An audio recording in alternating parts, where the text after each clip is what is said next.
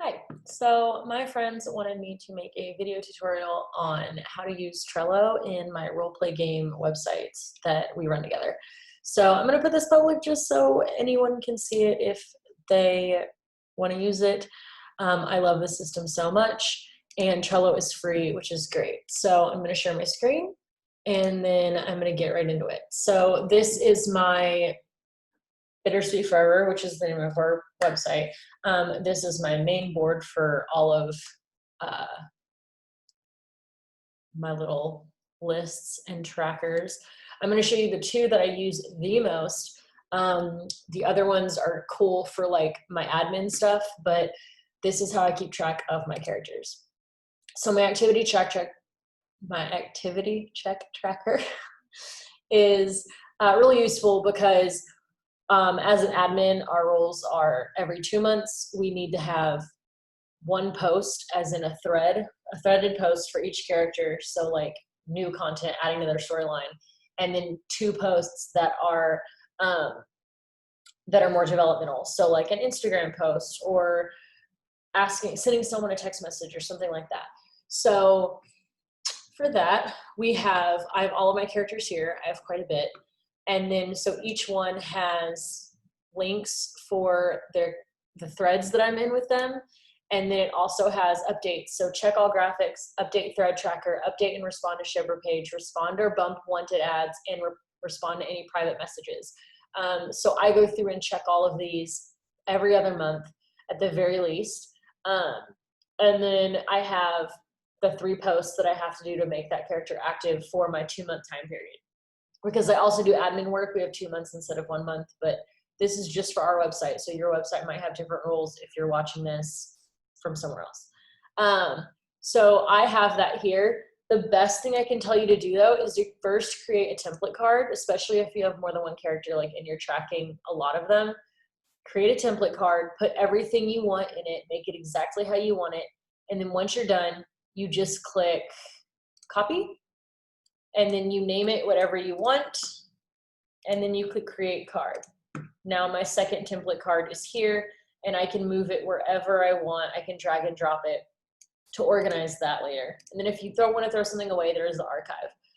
If you accidentally archive something in Trello, there is a menu where you can go in and look at your archived items and go through, and I don't have a lot in this one actually. So that's what I do there. As you can see, the green boxes mean that that character is active for the month. So all of my boxes are checked in the lists, and it is green. When they're not green, it does say that I only have one left here. So I only have one more post for that person.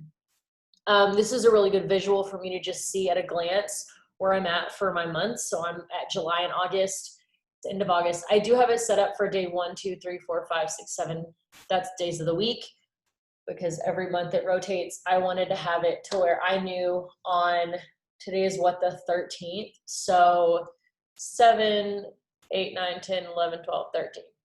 13th, Allison should be done. And that's at the beginning of the month. So I have more than 31 characters. So that's why I also have a 2-month time frame. That way, ideally I have one day to get it all done. And by July, or by the second month, like the first or second week of the second month, I should have everyone done, and then I can go back through, and that's where my yellow and green tabs come in. My green tabs mean every post, every thread that I have for that person, I'm waiting on their response for. I don't owe anything for that character. If they're yellow, I owe something for that character. So one of these threads is my turn to write in. So I need to go back and do that. But I only do that once everyone's active. Ideally though, because he has 3 threads, my 3 posts would be those 3 threads and not anything else like plot development wise. I would just be caught up on that character. But once I'm done with that, of course, someone could go in and respond. So then I go back to yellow, and I can switch those very easily by just going edit label and then yellow to green. Super simple. Now, my view team page. My second one that I use all the time is my character tab. This is where I get really into what each character has and what development I have for them. So some of them are all green, and they have different numbers. So Adam is 31, Tyler is 27, Melissa is 24. They vary. I'm also mid-editing this board, so please excuse any weirdness. Let's take Ryan, for example.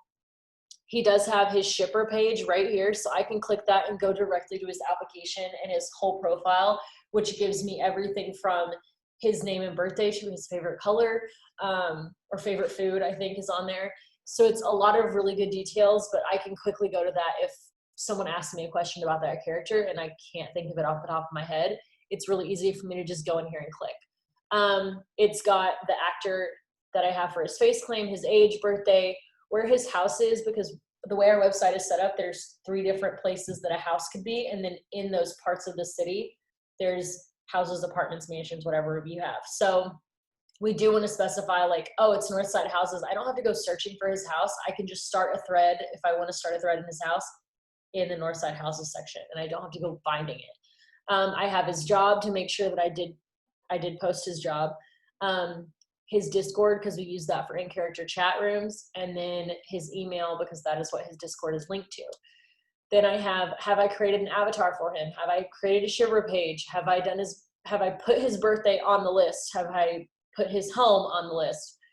His social media and his development boards are all on there, just so, like, I think I've actually done all of these, but they're there. So when I do them, I can see that they're done and I don't have to worry about it anymore. I also have what wanted ads I have for him up. These have been taken, so those are good. Tinder swipes, I kept this because we started doing Tinder and you can swipe on characters, they can swipe on you. I wanted to track it. We're actually about to move this on site. I'm gonna have a Tinder tracker on the website that's coded, so I won't need this anymore, but it was useful when I needed it. And then Nose and ICC, we have a big in-character chat room where every character can go in. We have about 250 to 300 characters. So when you go and throw all these people in one chat room, like a big community chat, I forget who that character has met because I have 30 something, 40 characters. Like, you can't track that. So I do have that listed. So if he goes into in-character chat and meets like Tony Stark, I can be like, oh, they've met, they know each other, they would recognize each other and they had a conversation before. And I could leave little notes with that too. I also sometimes have little notes of stuff I've mentioned before. I can add that to the comments in the activity section, because if I've referenced that, I want to know like what colleges she's looking at when she goes to get acceptance letters. Like, I want to be able to go back and be like, oh, she did get into these schools, or she didn't get into those schools, whatever it is. So that's a good place to keep little comments as well.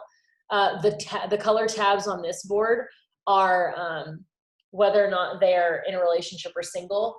I also have single separated by male single and female single, because if I have someone if one of my friends tells me their character is looking for a boyfriend, I can go through and be like, oh, who are all my purples? And I can see if I have anyone that would fit that plot line.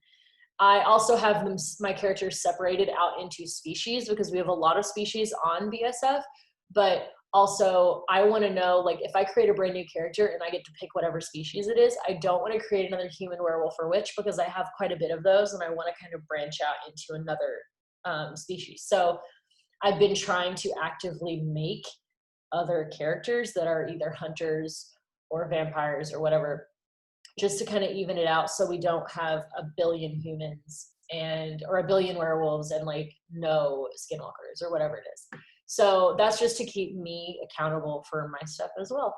If you have any questions about Trello or my organizational system, please let me know. I would be happy to answer any questions. Thanks.